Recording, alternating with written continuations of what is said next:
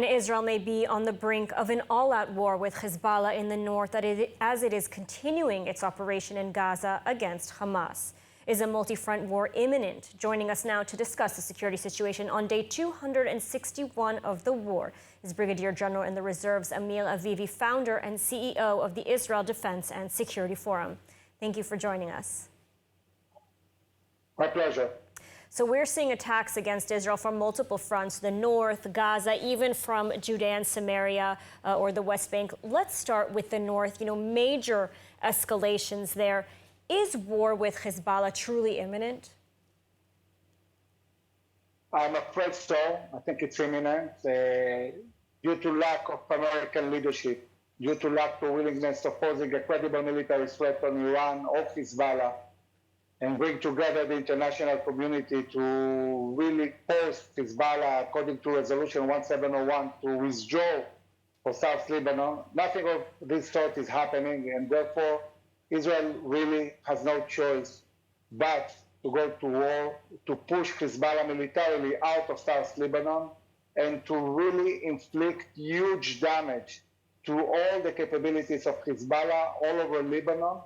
This is what is required to create the terms to bring back home all the 80,000 citizens to a place which will be safe and where they will be able to be secure and also prosperous. Israel has said multiple times that it doesn't want a second front. It seems Hezbollah doesn't truly either. Is there still time to maybe reach a diplomatic solution? Well, I think the chances are low. We have to understand that. And also the big question is, what does Iran and Hezbollah really want? Do they want a resolution? Or they actually think from a religious stance that this is the moment to destroy Israel, that really all the atmosphere and the situation is in favor of them? I'm not sure they want a resolution. I think they are really looking for a war. And the big danger is that they will initiate the attack. We might find ourselves in another 7th of October. This is not an option for Israel. We need to be proactive. And is Israel prepared for a multi-front war? Well, I think that we cannot be more prepared. We have been attacking Hezbollah 8 months, really destroying many of their capabilities, especially in South Lebanon. And we have really killed many of the leaders in South Lebanon. So I think that these are the best terms we'll get. We have to remember that if we postpone this, Iran will send hundreds of thousands of militias from Iraq, from Syria, from Afghanistan, from other places to Lebanon. And maybe in the future, this is going to be much more difficult. So anybody who says, well, yeah, we need more time, we want more munitions, okay, but also the other side will have more time. And who knows what we'll encounter in a year or two. Absolutely. And turning from the north to Gaza as well, what progress is being made on this front? The IDF has said that it could have full control of Rafah in 2 weeks' time. What then? I mean, what's next after control of Rafah? So once we really finish destroying the military capability of Hamas, we still have many terrorists scattered all over Gaza. We need to put a certain amount of forces, let's say a division with 2 or 3 brigades that will continue degrading the capabilities of Hamas in the long term. It will take us years to deal with this. And we have to take most of our forces north and deal with the bigger problem we have, and this is Hezbollah.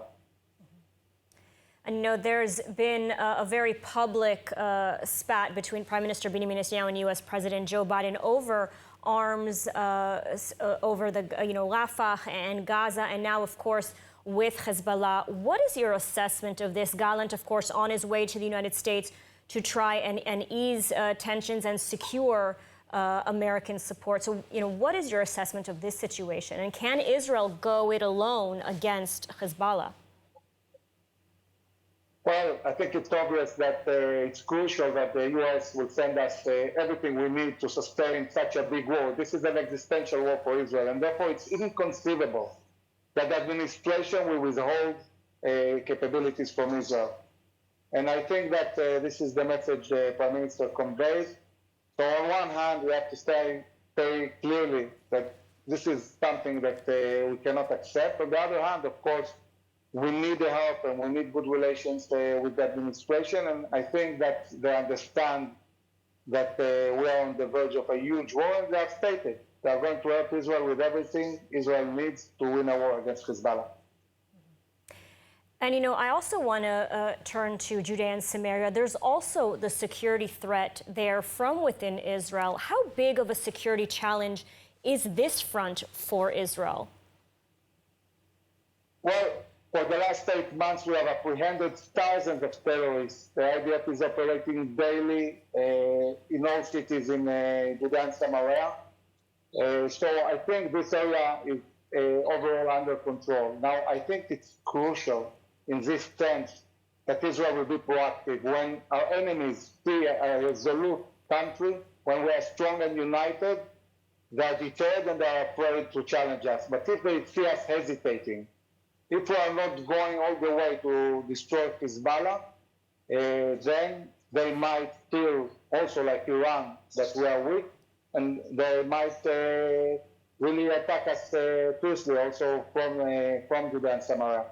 So really, we have no choice. We have to win decisively in Gaza. We have to win decisively in Lebanon, and this is what will create the terms to really secure Israel, looking in the long term.